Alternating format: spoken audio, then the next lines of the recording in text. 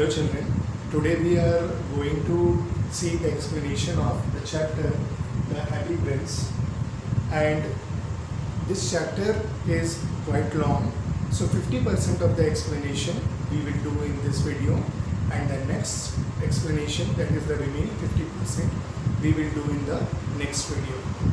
Okay, and if you like my explanation, then please like and subscribe my channel V Guide. Okay, so the name of the chapter is Happy Prince. Okay, नाम से ही हमको ये समझ में आता है कि इसमें बेसिकली एक प्रिंस के बारे में बताया जा रहा है जो कि हैप्पी प्रिंस है, जो कि हैप्पी, ऐसा बोला गया है कि वो हैप्पी है, बट रियलिटी में हम ये देखेंगे कि वाकई में वो प्रिंस हैप्पी था या नहीं.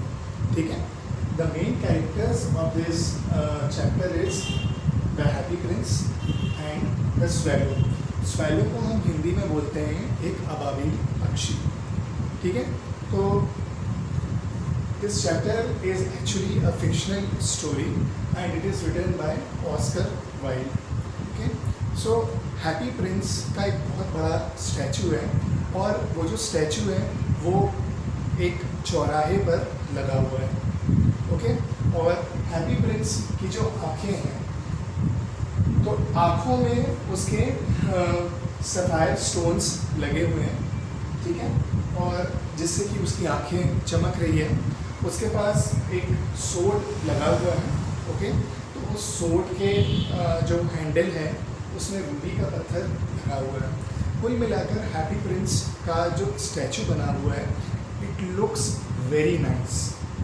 बहुत ही खूबसूरत हैप्पी प्रिंस का जो स्टैचू है वो दिख रहा है, पर एक्चुअल में हैप्पी प्रिंस अंदर से हैप्पी नहीं है. हैप्पी प्रिंस का जो सोल है वो अंदर से बहुत ज़्यादा दुखी है, वो हैप्पी नहीं है. Okay.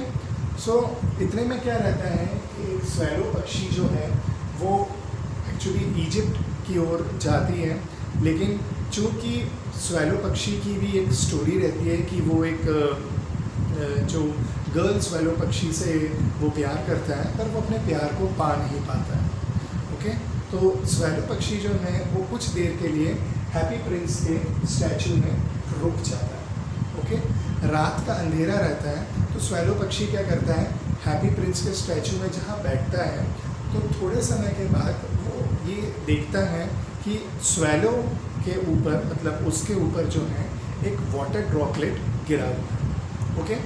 So he became very surprised. Okay. So he just looks here and there, where does this water droplet come from, who thrown it. Okay. So ये ऊपर देखता है तो उसको ये दिखता है कि वो जो water droplet, it is actually tears. ठीक है. आँखों के जो आंसू रहते हैं, so it is actually tears. The tears is coming out from the eyes of the happy prince. Okay. So he got very surprised. Okay. Then he just asks the happy prince that why are you crying? So happy prince told that once I was alive and I was the prince of this state. मतलब कि जब मैं जिंदा था तब मैं इस पूरे के पूरे साम्राज्य जो है, इस साम्राज्य का मैं प्रिंस था. ठीक. लेकिन मैंने कभी भी इस साम्राज्य के लोगों के दुख दर्द को समझने की कोशिश नहीं की. कौन किस तरीके से है, किसके पास क्या है, किसके पास क्या कमी है, वो जो चीज़ है वो मैंने कभी भी समझने की कोशिश नहीं की. मैंने केवल और केवल क्या किया, मैंने सिर्फ और सिर्फ अपने दरबारियों पर भरोसा किया. ओके. जिस तरीके से मेरे दरबारी ने मेरे को इस स्टेट के बारे में बोला, लोगों की कंडीशन के बारे में बोला, मैंने आंख बंद करके उनकी बातों को मान लिया. जो लोगों की समस्याएं थी, जो लोगों का दुख था, जो लोगों का दर्द था, वो मेरे दरबारियों ने मुझे आकर कभी नहीं बोला. ठीक है. मेरा जो मंत्री था, मेरे यहाँ पर जो काम करने वाले दरबारी थे, उन्होंने मेरे को हमेशा बोला कि Prince, everything is good, everything is going on very happily. So I remain in my palace and I never look for the problems and worries of my countrymen, okay, of my people. Okay. तो लेकिन जब मेरी मृत्यु हुई और मेरी ये statue को यहाँ पर इस चौराहे पे ऊंचा करके इस तरीके से लगा दिया गया, आज मैं यहाँ से देखता हूँ, ठीक है, कि मैं यहाँ से देखता हूँ कि मेरे जो लोग हैं या मेरे जो राज्य के जो प्रजा हैं वो कितनी ज़्यादा दुखी है। तो इसी को देख करके मैं बहुत ज़्यादा दुखी हूँ और मुझे क्या करना चाहिए ये मुझे समझ में नहीं आ रहा है, और इसी वजह से मेरे सोल को सेटिस्फेक्शन नहीं मिल रहा है, ठीक है, और मैं अपने प्रजा के लिए कुछ करना चाहता हूँ। ओके, तो स्वैलो ये चीज़ बोलता है कि आप मुझे बताइए कि मैं आपकी कुछ मदद कर सकता हूँ क्या। तो हैप्पी प्रिंस ये बोलता है कि मैं यहाँ से देख रहा हूँ कि एक सीमस्ट्रेस है।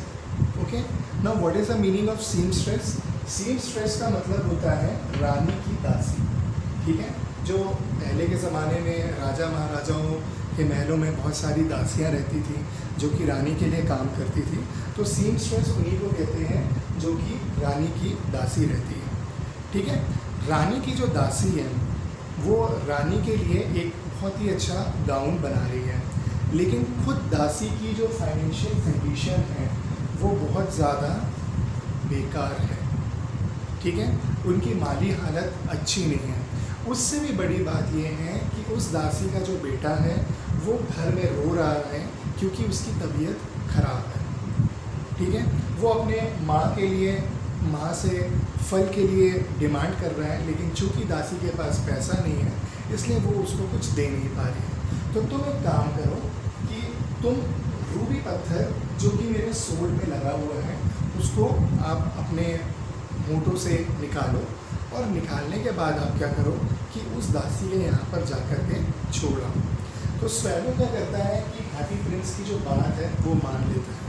वो क्या करता है, उसके सोल से वो रूबी का जो पत्थर है, he just take that ruby stone out from his stone, and what he does, वो क्या करता है कि वो सीमस्ट्रेस के घर में जाता है।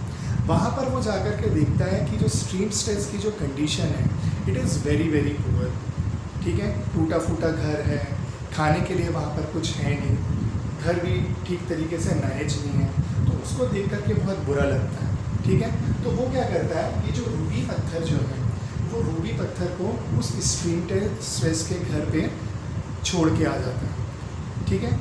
और वो जो उसका जो बच्चा जो रो रहा है बीमारी की वजह से, वो उसके सर पर अपने पंखों से सहलाता भी है।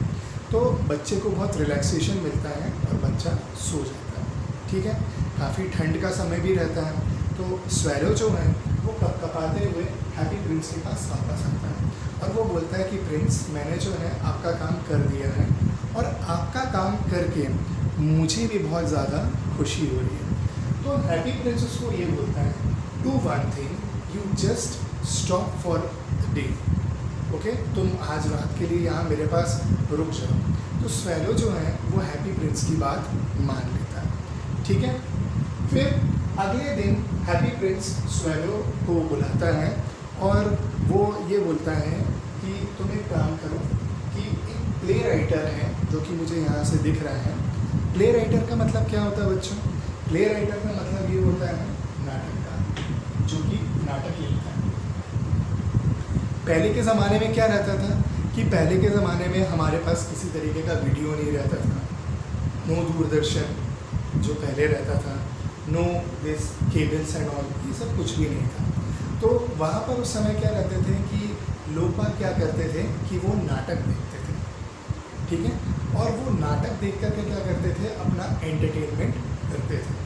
Clear with this? तो उस नाटक के लिए बहुत सारे नाटककार रहते थे, ठीक है, जो कि क्या करते थे कि नाटक की स्क्रिप्ट लिखते थे या नाटक की स्टोरी लिखते थे, ठीक है। तो उसी तरीके से उस राज्य में एक नाटककार था, पर उस नाटककार की जो माली हालत है वो ठीक नहीं थी, ठीक। वो नाटक लिख रहा था लेकिन चूँकि वो अपनी गरीबी से परेशान था तो वो नाटक प्रॉपरली लिख नहीं पा रहा था।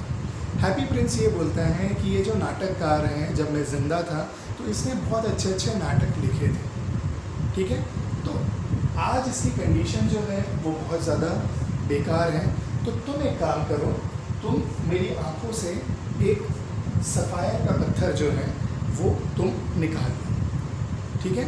सफ़ायर को बेसिकली नीलम बोलते हैं हिंदी में, उसको नीलम का पत्थर बोलते हैं। तो तुम मेरी आंखों से काम करो कि एक नीलम का जो पत्थर है उसको निकाल करके तुम इस जो प्ले राइटर है, जो तुम ये जो नाटककार है, उसके घर पे दे करके आओ। वो क्या करेगा, इस नीलम के पत्थर को बेच लेगा और उसकी कंडीशन जो है वो अच्छी हो जाएगी। Clear with this? तो स्वेलो जो करता है वो जैसा हैप्पी प्रिंस ने बोला तो स्वेलो ने वही किया। तो उसने क्या किया कि हैप्पी प्रिंस की एक आँख से नीलम का जो पत्थर है, जो सफ़ेद स्टोन है, उसको कुरेता। ओके, कुरेतने के बाद व्हाट ही डज कि he took that stone and he just throw it in the house of the play writer. Okay, जब प्ले राइटर को वो नीलम का जो पत्थर मिला तब उसके चेहरे में खुशी का ठिकाना जो है वो देखते ही बनता था। ओके, गरीबी में वो अपने दिन काट रहा था, उसको एकदम से नीलम का पत्थर मिला, ठीक है, तो वो खुश हुआ। उसकी खुशी देख करके स्वेलो को भी बहुत सेटिस्फेक्शन मिला।